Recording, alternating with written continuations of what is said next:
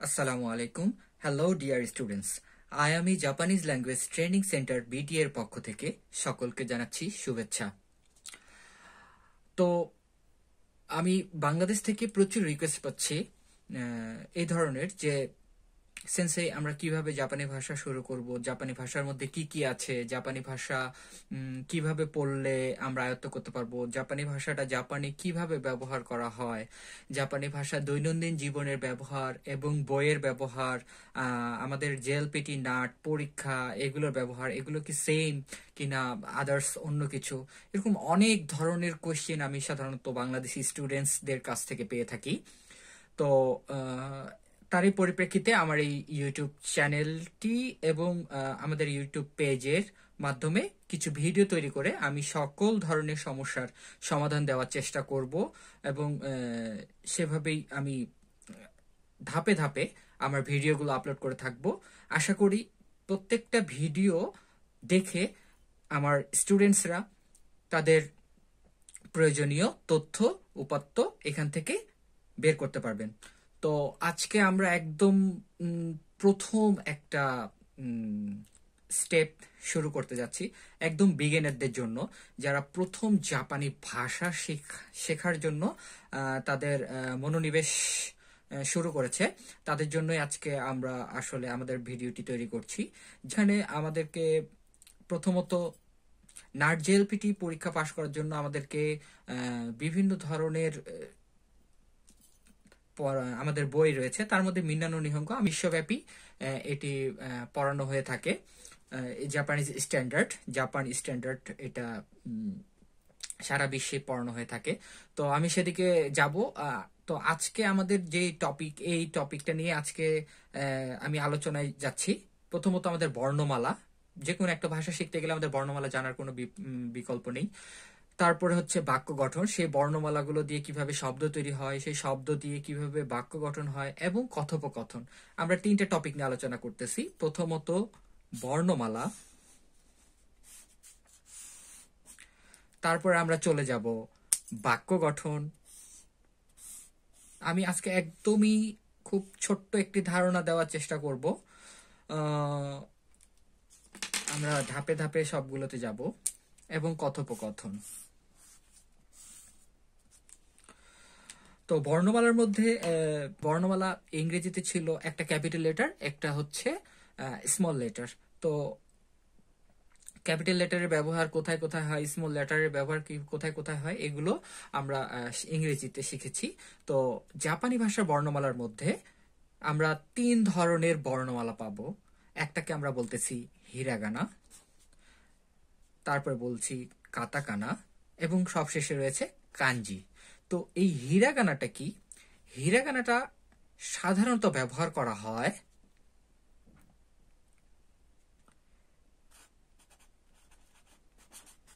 দেশি শব্দ, অর্থাৎ প্রত্যেকটা ভাষার মধ্যেই আমরা জানি কিছু তাদের নিজস্ব শব্দ নেই, কিছু বিদেশি শব্দ থাকে। তো হিরাগানাটা হচ্ছে দেশি শব্দ, অর্থাৎ জাপানের যে দেশীয় শব্দগুলো আছে সেগুলো হিরাগানাতে ব্যবহার করা হয়। এবং কাতাকানা, কাতাকানা হচ্ছে বিদেশি শব্দ।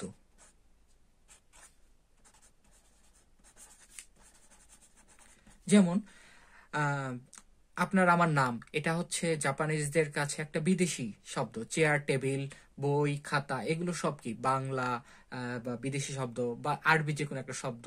এটা জাপানিরা তাদের বর্ণমালার মধ্যে কাতাকানাটা প্রবেশ করিয়েছে এই কারণেই যেন বিদেশি শব্দগুলোকে স্পেসিফিক ভাবে তারা চিনতে পারে, এই জন্য কাতাকানা।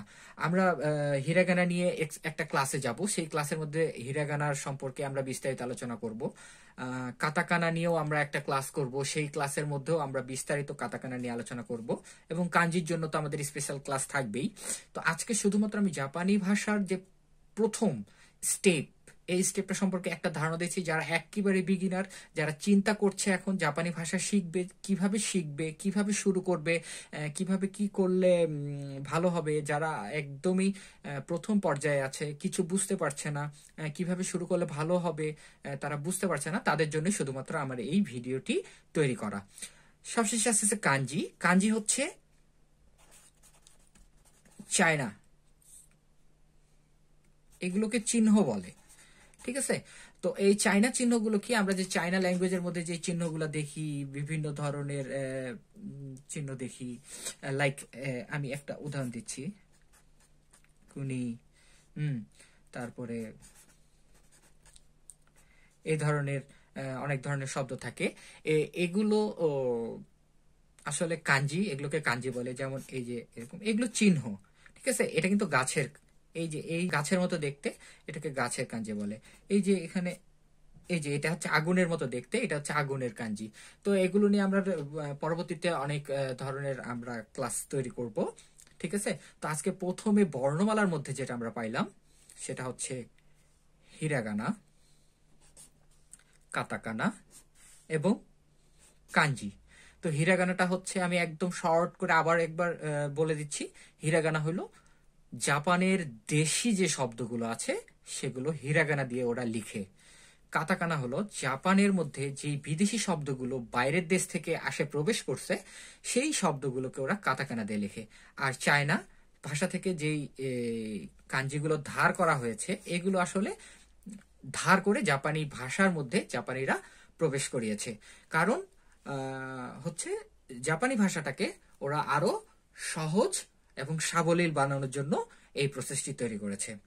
তো আমাদের আশা করি বর্ণমালার এই তিনটা টপিক নিয়ে, এই যে 1, 2, 3, এই তিনটা টপিক নিয়ে আমরা ভালো মতো বুঝতে পেরেছি।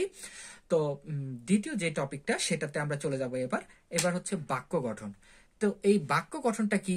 বাক্য গঠনটা আমাদের বাংলার মতোই, যেমন আমি বলি, ইংরেজিতে আমরা ট্রান্সলেট করতে গেছি, তখন বাংলা থেকে ইংরেজি করতে গেলে আমাদের বিভিন্ন ধরনের হয় সাবজেক্টটা অবজেক্টে চলে আসতো, অবজেক্টটা সাবজেক্টে চলে আসতো। কিন্তু জাপানিজের ক্ষেত্রে এমনটা না। যেমন আমি হই রহিম, এটা একটা বাংলা বাক্য। এটাকে যদি আমি জাপানিজে নিয়ে যাই, এই জাপানিজে আনতে গেলে সেটা হয়ে যাবে ওয়াতাশি ওয়া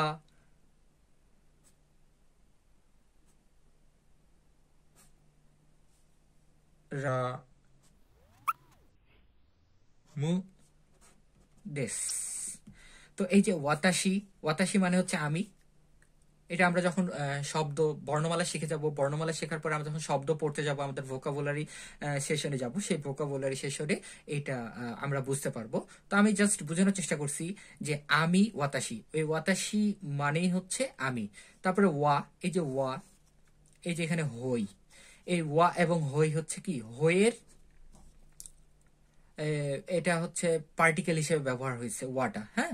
আর রহিম, এই যে রহিম, এই যে আমি বললাম বিদেশি শব্দ, এই জায়গাটাতে বিদেশি শব্দগুলো ওরা কাতাকানা দিয়ে ব্যবহার করে।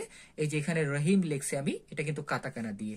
আর দেশ, এটা হচ্ছে বাক্যের গঠনের একটা জাস্ট দেশটা বাক্য সম্পন্ন করার জন্য। এটা আমরা 1 লেসনের 1 নম্বর রুলসে আমরা বুঝতে পারবো। আমরা আস্তে আস্তে সব ভিডিওগুলো আপলোড করব, আপনারা সেই ভিডিওগুলো থেকে এইগুলোর সম্পূর্ণ স্ট্রাকচার জানতে পারবেন।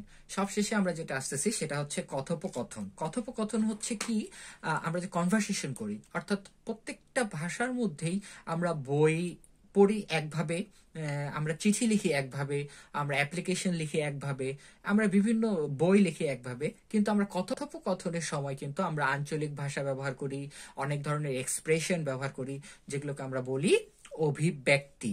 এই অভিব্যক্তিগুলো কি, যেমন ইংরেজিতে কিছু ফ্রেজেস আছে, এগুলো আমরা কথোপকথনের মধ্যে ব্যবহার করি।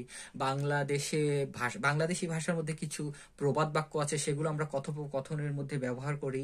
এগুলো আমরা দৈনন্দিন জীবনে ব্যবহার করি। তো কথোপকথন নিয়েও আমার একটা ক্লাস থাকবে, সেই ক্লাসের মধ্যে আমি সেগুলোর বিস্তারিত তুলে ধরবো। তো আজ Ayami Japanese language training center BD আমাদের প্রথম জাপানি ভাষা যারা একবারই নতুন আজকে থেকে শুরু করতে চাচ্ছে, তাদের জন্য এই ক্লাসটি রেকর্ড করা। তো আমরা স্টেপ বাই স্টেপ আশা করছি একদম প্রথম লেভেল থেকে, অর্থাৎ আপনি বর্ণমালা থেকে শুরু করে একদম জাপানে আসা পর্যন্ত, জাপানে কি ধরনের কথাবার্তা ব্যবহার করবেন, তারপরে আপনি বাংলাদেশে থাকাকালীন অবস্থায় হচ্ছে কিভাবে জাপানিজ প্রফিসিয়েন্সি টেস্ট, জেএলপিটি এবং নাট, এগুলো হচ্ছে জাপানিজ প্রফিসিয়েন্সি টেস্ট। এগুলো পাশ করে আমাদেরকে, আসলে জাপানে আসতে গেলে আমরা তো বিভিন্নভাবে আসি, কেউ চাকরির জন্য আসার চেষ্টা করি, কেউ আমরা স্টুডেন্ট ভিসাতে আসার জন্য চেষ্টা করি। তো বিভিন্ন আমাদের জাপানি ভাষাটা শিখতে হয়। আর জাপানে যেহেতু জাপানি ভাষা ছাড়া অন্য কোনো ভাষা চলে না, তারা ব্যবহার করে না, সুতরাং জাপানি ভাষা খুব ভালো মতো না শিখে জাপানে আসাটা অনেক প্রবলেম ফেস করতে হয়। জাপানিজ স্টুডেন্টসদের যারা বাংলাদেশ থেকে ভালো মতো জাপানি ভাষা শিখে আসে না, তাদের কাছে আমি প্রায়ই শুনি তারা অনেক ধরনের বিপদে সম্মুখীন হয়। তারা ল্যাঙ্গুয়েজ জনিত জটিলতায় সবসময় ভুগতে থাকে, একসময় ডিপ্রেসড হয়ে যায়। ডিপ্রেস তাদের মিনিমাম জাপানে আসার পর 6 মাস 1 বছর খুবই স্ট্রাগল করতে হয়, যেটা আসলেই নতুন একটা ওয়েদারের সাথে তাদের নিজেদেরকে খাপ খাওয়ানোটা খুবই দুর্বিষহ হয়ে যায়। তো আমি বাংলাদেশি স্টুডেন্টসদেরকে বলবো, আপনারা সবাই খুব ভালো মতো জাপানি ভাষাটার সম্পর্কে বেসিক যে নলেজটা, এই নলেজটা অ্যাটলিস্ট খুব ভালো মতো নিয়ে আপনারা জাপানে আসবেন। ঠিক আছে? তো আর যে কোনো ধরনের সমস্যা, আমি আছি, আমাদের অনলাইন কোর্স আছে, সেই অনলাইন কোর্সের সাথে আপনারা সংযুক্ত হতে পারেন। আমি এরকম ছোট ছোট অনেক ধরনের ইম্পর্টেন্ট জাপানি ভাষা সম্পর্কিত যে ভিডিও আছে সেগুলো আমি আপলোড করব, এবং আমাদের সাথে থাকবেন, আমাদের ইউটিউব চ্যানেলকে ফলো করবেন, এবং আমাদের যে পেজটি রয়েছে এই পেজটি আপনারা ফলো করবেন, লাইক করবেন এবং শেয়ার দিয়ে আপনাদের বন্ধুদেরকে জানিয়ে দিবেন। আজকের মতো এখানে শেষ করছি। সবাইকে অনেক ধন্যবাদ। আসসালামু আলাইকুম।